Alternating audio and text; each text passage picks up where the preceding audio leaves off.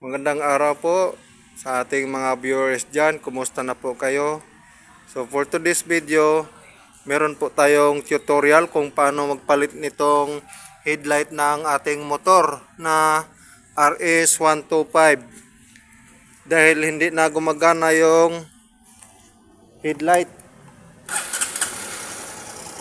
So dapat naka-on na yung low beam. Wala. So palitan na natin yung headlight bulb.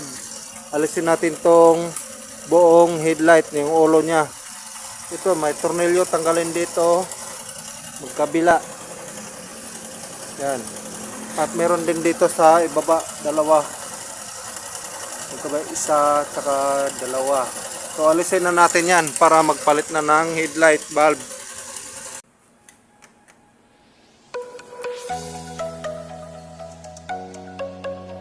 Tanggal na.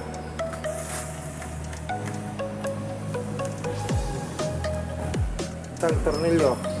At tanggalin na yung dalawang screw dito sa ilalim ng ulo ng headlight. Medyo dukutin. Whoop, nalaglag na.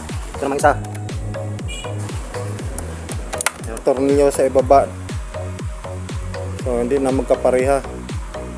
At alisin na natin yung buong headlight na ulo.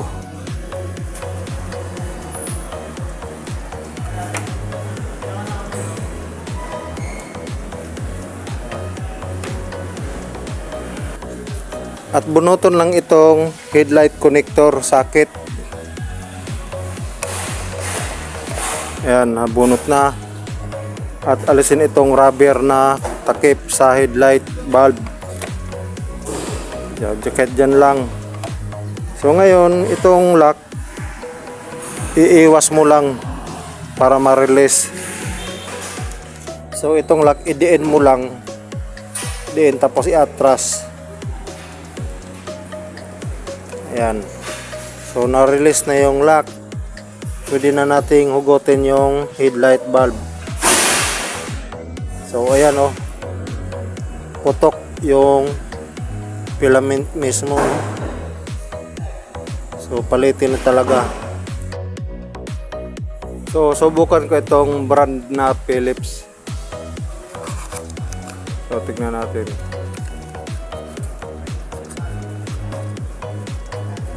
Ayan.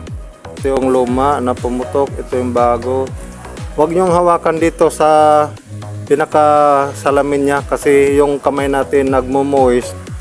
Mapupundi ka agad yan yung headlight pagka hinawakan nyo kasi nagpapawis yung kamay natin. So ang hawak dito lang sa ibaba. So ayan ang tignan natin na voltahe 12 volts, then 35 watts by 35. So pareha ang wattage na ikakabit. So ikabit na natin itong bago. So kung paano mo tinanggal, ganun din pagbalik. So tignan nyo lang, may inuupuan naman yan eh. Yan. Then ibalik na yung lock. Okay na. Huwag kalimutan ibalik ang takip na goma.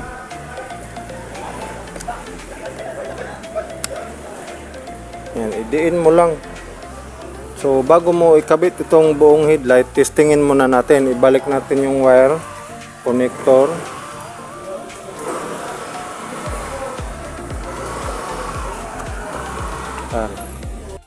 So paandarin natin. Pag umandar, dapat umilaw kaagad yung headlight low beam.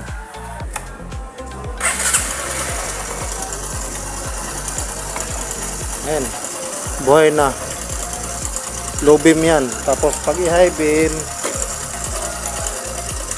yan, high beam, low beam.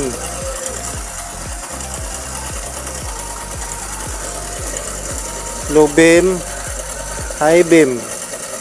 High, papunta sa low beam. Ayan. So goods na. Ibalik na natin yung headlight na ulo.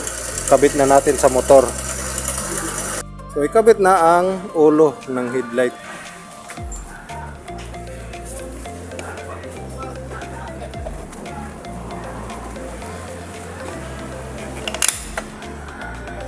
At ibalik na yung mga tornilyo.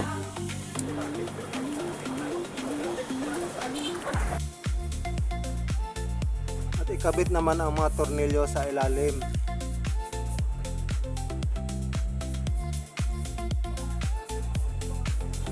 So naikabit na lahat. Check natin, final check. Start muna. Yan. So okay na yung ilaw natin. So ganun lang po magpalit ng headlight bulb. Sana nakatulong po sa inyo ang video na ito. At nakisuyo po sa pag-subscribe sa aking channel. Hanggang sa muli, maraming salamat po at God bless sa inyong lahat.